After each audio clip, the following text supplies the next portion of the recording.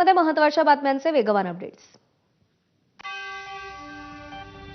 26 जानेवारीनंतर येत्या 15 ऑगस्टलाही मंत्री आदिती तटकरेच रायगडमध्ये ध्वजारोहण करणार आहेत, ध्वजवंदन करणार आहेत। त्यानंतर गोगावलेंनी एक मोठं वक्तव्य केलंय। ज्या मावळ्यानं 2.5 वर्ष मंत्रिपद सोडलं त्याच्यासाठी पालकमंत्री काय चीज आहे असं गोगावले म्हणाले। पालकमंत्रीपद सोडण्यानं इतिहासात माझं नाव कोरलं गेल्याचंही गोगावले यावेळी म्हणाले। त्यामुळे गोगावलेंनी रायगडच्या पालकमंत्री पदावर पाणी सोडलंय का अशी चर्चा आता राजकीय वर्तुळामध्ये सुरू झाली आहे। ज्या मावळ्याने 2.5 वर्ष मंत्रिपद सोडलं त्या पालकमंत्रीपद किस बात की चीज आहे। ज्या 2.5 वर्षाचं मंत्रिपद हल्ली कोण ग्रामपंचायतीचं सदस्यपद सोडत नाही, तर मंत्रिपद सोडणं दूरच राहिलं। महाराष्ट्राच्या इतिहासामध्ये बरेचसे नाव कोरलं गेले। लक्षात ठेवा की मंत्रिपदाचं दिलेलं नाव आम्ही थांबवलं म्हणून। मंत्री भरत गोगावलेंनी सुनील तटकरेंवर टीका करत त्यांना थेट इशाराच दिलाय। खासदार सुनील तटकरेंची उलटी गिनती आता सुरू होणार असल्याचं मंत्री गोगावले म्हणाले। आपल्या रुमालाची जादू त्यांना अजून कळली नाही अशी टीकाही गोगावलेंनी तटकरेंवर केली। निवडणुकीमध्ये तटकरेंनी आमच्या विरोधात काम करण्यासाठी अनेकांना फोन केल्याचा आरोपही गोगावलेंनी केलाय। त्यांना या महाराष्ट्रामध्ये एक पण सीट आणता आली नव्हती, ती सीट आम्ही इथं आणून दिली या रायगडवाल्यांनी।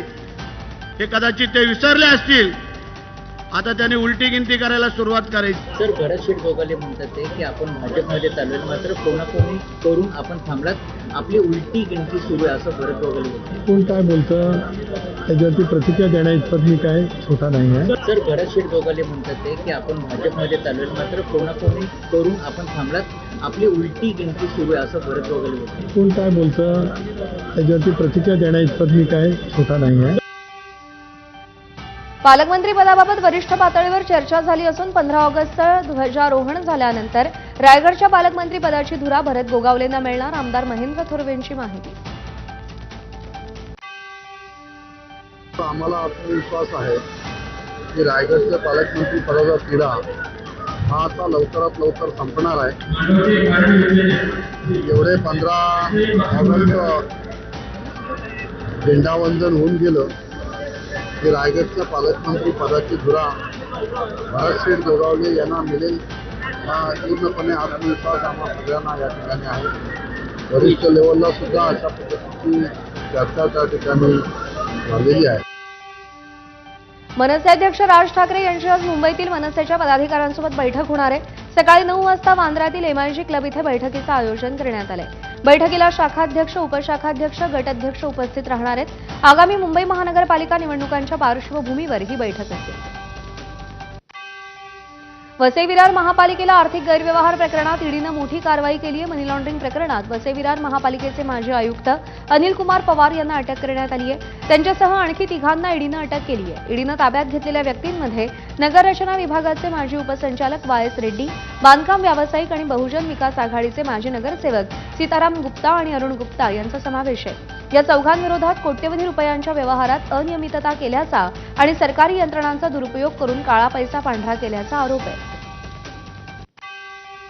लोकसभेचे विरोधी पक्षनेते राहुल गांधींच्या वकिलांनी राहुल गांधी यांच्या जीवाला धोका असल्याचा दावा कोर्टात केलाय।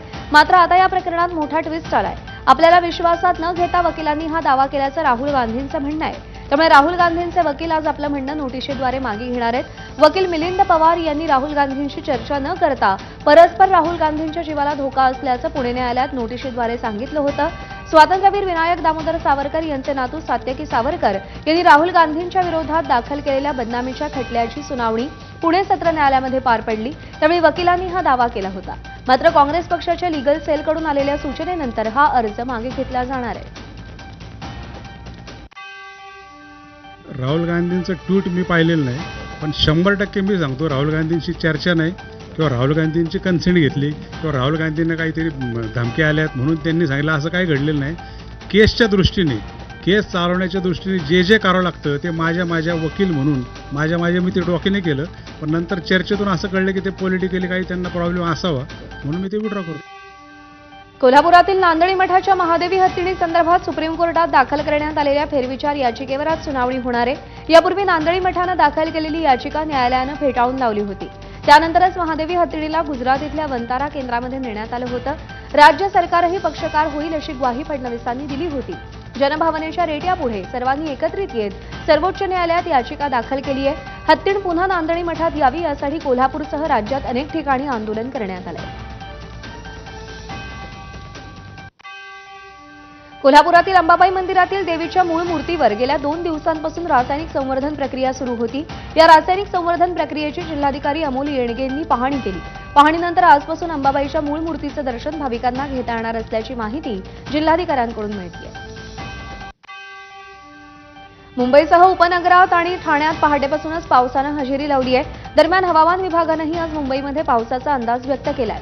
गोरेगाव, अंधेरी आणि वांद्रे परिसरात सकाळपासूनच पाऊस सुरू आहे. पश्चिम उपनगर, पूर्व उपनगर आणि मध्य मुंबई तसंच दक्षिण मुंबईच्या काही भागात जोरदार पाऊस सुरू आहे. पुढील 3 ते 4 तास मुंबईच्या काही भागात मुसळधार पाऊस पडण्याचा हवामान खात्यानं अंदाज व्यक्त केलाय. याचा आढावा घेतला आमच्या प्रतिनिधींनी. पाहूया.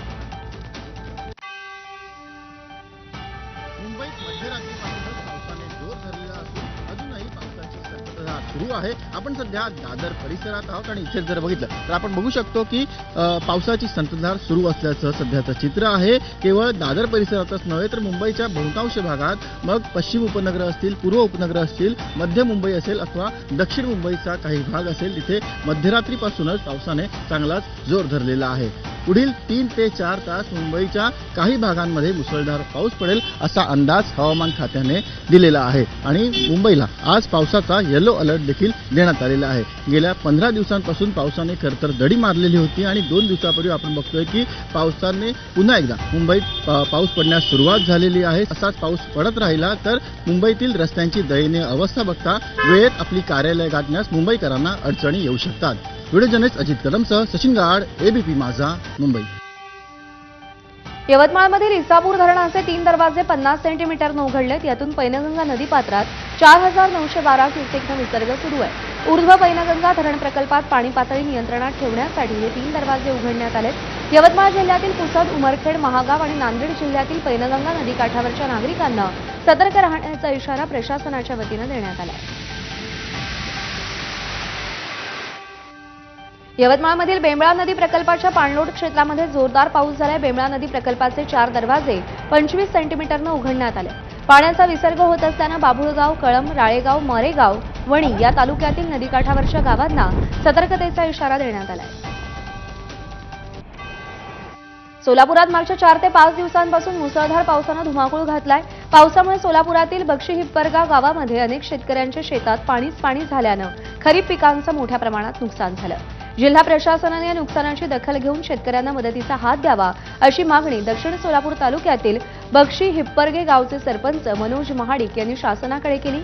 मागच्या 4 ते 5 दिवसांपासून सोलापुरात रात्री 12 नंतर पाऊस पडतोय तर दुपारी मात्र कडक ऊन पाहायला मिळतंय.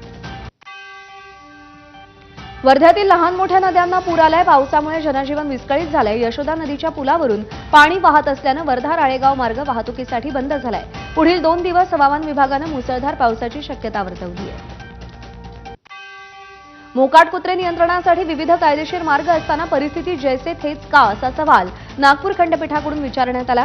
यासाठी खंडपीठानं महानगरपालिकेच्या जबाबदार अधिकाऱ्यांची नावं मागितली आहेत. त्यांनी आपली जबाबदारी पार न पाडल्यास त्यांच्या विरोधात कारवाई करण्यात येईल असंही नागपूर खंडपीठानं सांगितलंय. मोकाट कुत्र्यांचा हैदोस थांबवण्यासाठी व्यावसायिक विजय तालेवार आणि मनोज शाक्य यांनी जनहित याचिका दाखल केली होती.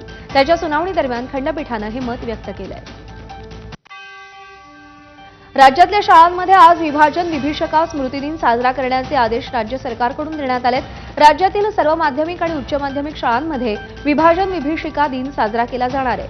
1947च्या फाळणी दरम्यान बळी पडलेल्या लोकांच्या स्मरणार्थ विभाजन विभीषिका दिन साजरा केला जातो. पंतप्रधान मोदींनी 2021 पासून हा दिवस पाळण्याची घोषणा केली होती.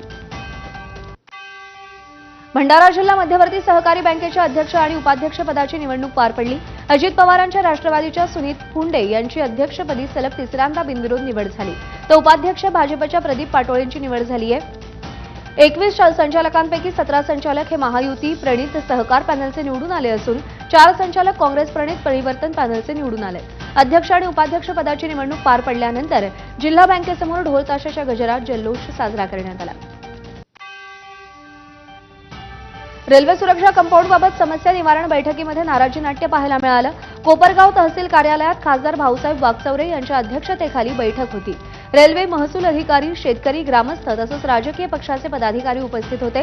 खासदार वागचौरेंवर नाराजी व्यक्त करत माजी जिल्हा परिषद सदस्य तसंच पालकमंत्री राधाकृष्ण विखे पाटील यांचे मेहुणे राजेश परजणेंनी बैठकीतून काढता पाय घेतला. प्रश्न सुटत नसतील तर बैठकीचा उपयोग काय, राजेश परजणेंनी सवाल करत नाराजी व्यक्त केली.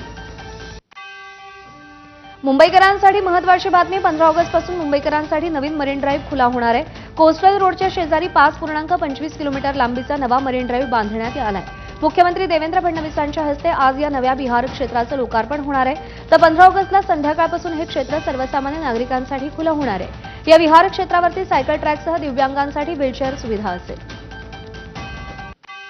आज मुख्यमंत्र्यांच्या हस्ते कलानगर पूल आणि SCLR एक्सटेन्शनचं उद्घाटन होणार आहे. मात्र या कार्यक्रमासाठी ठाकरेंच्या शिवसेनेचे स्थानिक आमदार वरुण सरदेसाईंना कार्यक्रमाचं निमंत्रण नसल्यानं सरदेसाई नाराज आहेत. स्थानिक आमदारांचं नाव निमंत्रण पत्रिकेवर न टाकणं राजशिष्टाचाराविरोधात असल्याची सरदेसाईंनी एक पोस्ट केली आहे. म्हाडाच्या कोकण मंडळातील 5,285 सदनिका आणि 77 भूखंडांच्या सोडतीसाठी अर्ज करण्याची मुदतवाढ देण्यात आली आहे. आता नागरिक 28 ऑगस्टपर्यंत ऑनलाईन अर्ज भरू शकतील. ही मुदतवाढ 13 ऑगस्टच्या मुदतीनंतर देण्यात आली आहे. 18 सप्टेंबरला ठाणे येथील डॉ. काशीनाथ घाणेकर नाट्यगृह इथे संगणकीय सोडत जाहीर होईल. कोकण मंडळातर्फे जाहीर करण्यात आलेली सोडत 5 घटकांमध्ये विभागण्यात आली आहे. 20% सर्वसमावेशक योजनेअंतर्गत एकूण 565 सदनिका, 15% एकात्मिक शहर गृहनिर्माण योजनेअंतर्गत 3002 सदनिका आहेत. कल्याण पूर्वेतून विधानसभेत अपक्ष निवडणूक लढवलेले महेश गायकवाड यांनी उपमुख्यमंत्री एकनाथ शिंदेंची भेट घेतली. कल्याण पूर्वमधील विकास कामांसंदर्भात भेट असल्याची माहिती आहे. तसंच 1 दिवसासाठी चिकन मटणाची दुकानं बंद केली तर काही फरक पडणार नाही असं कल्याण पूर्वेतल्या नागरिकांचं मत असल्याचं देखील महेश गायकवाड यांनी सांगितलंय.